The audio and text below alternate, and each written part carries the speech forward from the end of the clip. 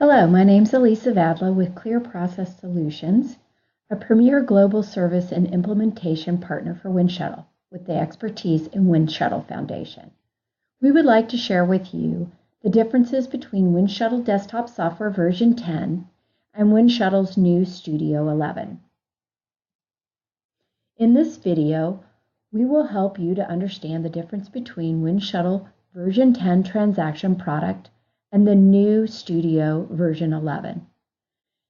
If your company is planning to upgrade and you are using the transaction software, this video will quickly help you to get up to speed using the new software. This is not a training video, but more of an informational video to assist you with migrating over to the new version.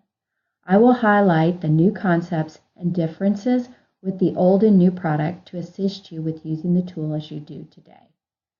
We will also talk a little bit about the transition to the new platform using Foundation and User Governance 11, and finally sharing how to get help with the tool. Here's a quick overview of what we are going to discuss today.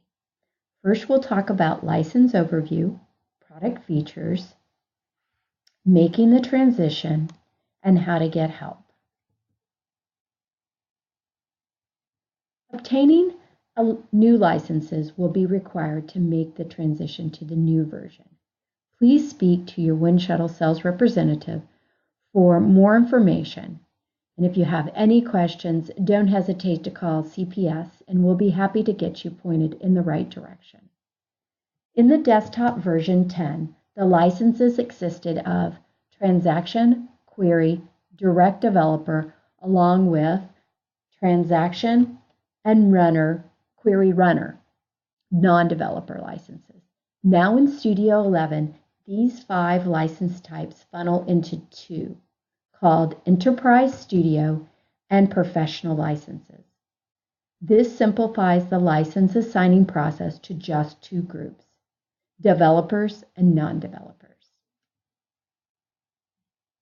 With Studio 11, all previous desktop software applications have been joined into one application, and the license that is assigned to the user determines what can be done with the application. This provides a couple of benefits.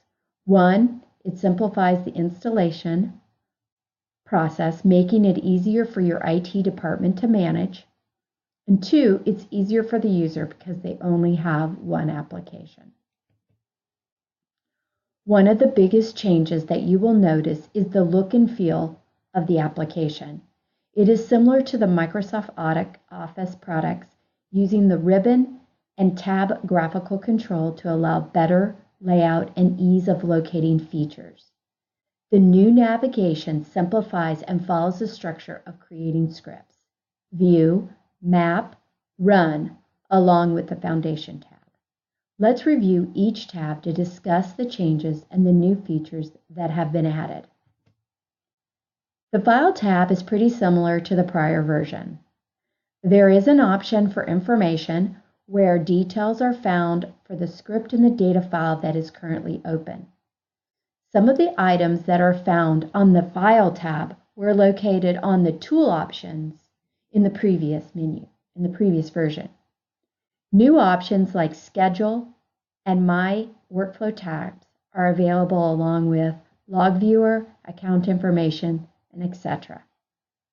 On the File tab, where the options are located, and this allows software settings to be changed and updated as needed.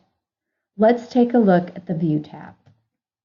The View tab is similar to the screen seen after the script was recorded, with the same ability to switch from basic to expert views.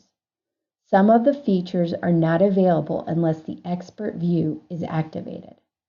The data source for the script is now located in what is called the data panel in the bottom half of the screen, along with a new property panel which is located on the right side of the screen.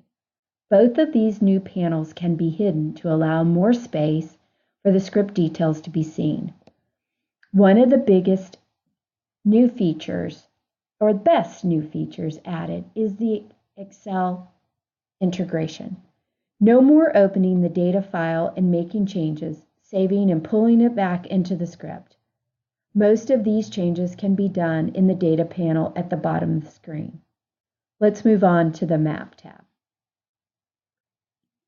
Although there was a mapping screen in the desktop version 10, it is now located on the menu for quick access. As the overall navigation, you will see that features have been grouped to make it easier to locate. Again, the new ribbon layout provides grouping of similar features together, like editing options, screen and field settings, etc.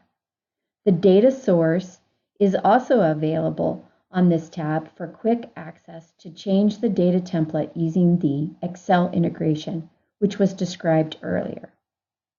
My favorite enhancement is the way the mapping option allows you the ability to remap a field to a column with the choice of replace, insert before, or preserve. This feature saves time so that you don't have to open your template, insert a column so that you can map a new field to that column.